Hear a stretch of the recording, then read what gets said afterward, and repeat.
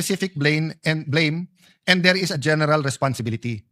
Habang usapan natin yan, mahabang usapan yan, Mr. President, but eventually, we do have to discuss it sincerely and very deeply. Tay, bakit mahirap ang ating estado? Ano ba ang pumipigil sa ating bansa? Well, may mga bagay nga na wala sa ating control, yung mga external. May mga bagay na nasa ating control. Pero may mga bagay din na ina-address natin directly, pero ang problema, kultura. For example, we have to address corruption. But we have to address the culture of corruption. Sasabihin natin, wag magnakaw sa flood control, pero ina-address ba natin ang pandaraya pag nangungopya sa exam? Ina-address ba natin yung simpleng pagsisinungaling sa araw-araw? Ina-address ba natin na sa bawat kailangan ng Pilipino, lisensya, business permit, real property tax, customs, ay may lagayan? So the culture of corruption continues to lay hold. And as a Christian, I believe there's a spiritual aspect to that battle. There are spirits that control, di ba, that are principalities and authorities. Kaya sabi sa Bible, you have to bind, then you have to occupy. Hindi sapat na mawala yung iba't ibang scam. Kaya nga palaki ng palaki ang scam sa ating bansa. Policies ay nagpapahirap din sa atin. Nabanggit ko na kanina yung K-12. Mukhang tama si Senator Jinggoy Estrada. Tanggalin na natin ang 1 o 2 taon sa senior high kasi K-10 na 10 taon na nag-aaral ang bata na mas kumpleto ang gamit niya ay mas mabuti kaso sa K-12 pero 7.5 years lang ang pinapasok ng ating bata. Another example, ang bata ngayon karaniwan sa highly urbanized ay half day. Sabi niya, Tay, ang ganda naman ng tinuturo ng aming mga teachers. Magagaling naman ang aming mga teachers. Yung nasa mga religious schools, parochial school, Christian schools, yung mga nasa madrasa, Brother Robin, no? Sabi, maganda naman tinuturo sa amin eh. Maka-Diyos. Anong problema? Hindi po kung ano tinuturo nila, kung anong nakikita nila. Children learn by what they see, what they experience, not by what they are taught. So, Mr. President, that's a lesson. Mr. President, that's a lesson to us. It is a lesson to us, Mr. President, that in everything we do, the children are watching. And they learn from that. So whether it's the internet, television, whether it's news, whether it's cartoons, whether it's video games, all of this influence them. So what's the solution? Maging klaro kung ano tama at kung anong mali. Di ba? Kahit mapanood nila, pero nakita nila, eto, naparusahan dahil mali, matututunan nila mali. Pero Mr. President, pag nakita nila yung mali, nagiging tama sa matatanda.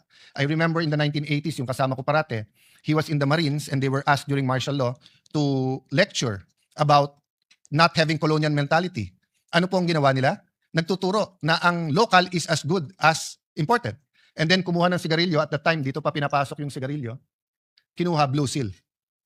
So, yung mga tinuturuan, hindi matuto.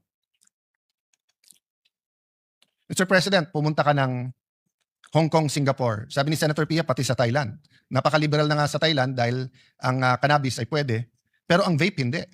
I think kay Senator Win Gatchalian, ang ating Senate President, without an S, sorry. Ang halimbawa, ang nagsabi na may nagpakita ng statistics, I think that was 2 years ago, 3 years ago, na despite being heavily regulated, hindi na-regulate. Halimbawa, sa Baguio City, inulat mismo ng City Health Office na may 350 menor de edad ang nahuli dahil sa pagbe-vape sa loob ng 1 taon. Ayon din sa isang survey, 1 sa bawat 7 kabataan Pilipino na edad 13 hanggang 15 ay kasalukuyang gumagamit ng vape. Nakita din na malaki ang tinaas ng paggamit ng vape ng mga kabataan nitong mga nakaraang panahon at mas marami ring kabataan dati namang hindi naninigarilyo ang nagsisimulang gumamit ng vape. Tay, ano naman yung issue sa PhilHealth? Ay nako, pabayaan na natin si Risa Antiveros, si Senator Bongo, si Senator Pia Cayetano, si Amy, at lahat ng iba, si Senator JB, na napakahaba na ang diskusyon doon. Pero eto lang ang sasabihin ko sa iyo, anak.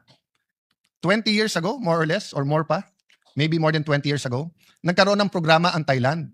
Magbayad ka ng 100 baht, libre na lahat sa ospital. Ngayon, 30 na lang. 30 baht, libre lahat. Ba't hindi po natin magawa yon? Ganun lang kasimple. Medyo humaba na yung speech ko, anak, kaya hindi ko nababasahin yung statistics ng health. Tay, pinapanood ko ang Pangulo kahapon, bakit unang-una niyang binanggit ang flood control? Ganyan ba ka-importante yung issue na yan? Bakit una niyang binanggit? Anak, biggest issue of the year yan eh. At pinakamalaking skandalo sa corruption in our history. Anak, importante ma-resolve yan. Anak, importante malaman ng taong bayan yung tunay na nangyayari, anong ginagawa, anong pwedeng gawin, anong reforma ang pwede.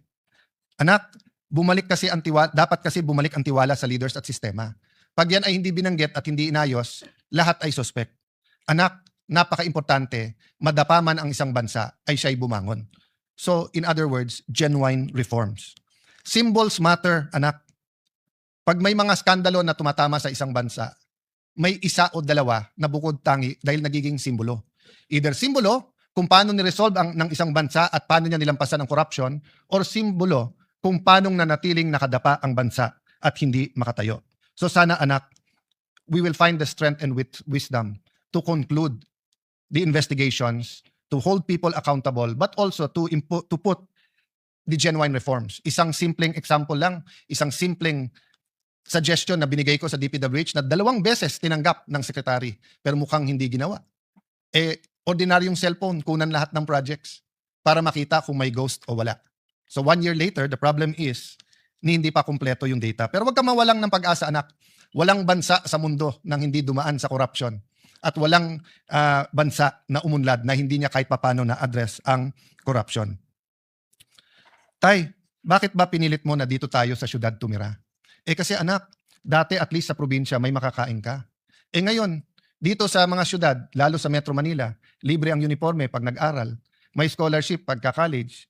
Pagka single parent, kapag ka PWD, pag senior, may regalo, may cash gift, meron pang minsan mga giveaway.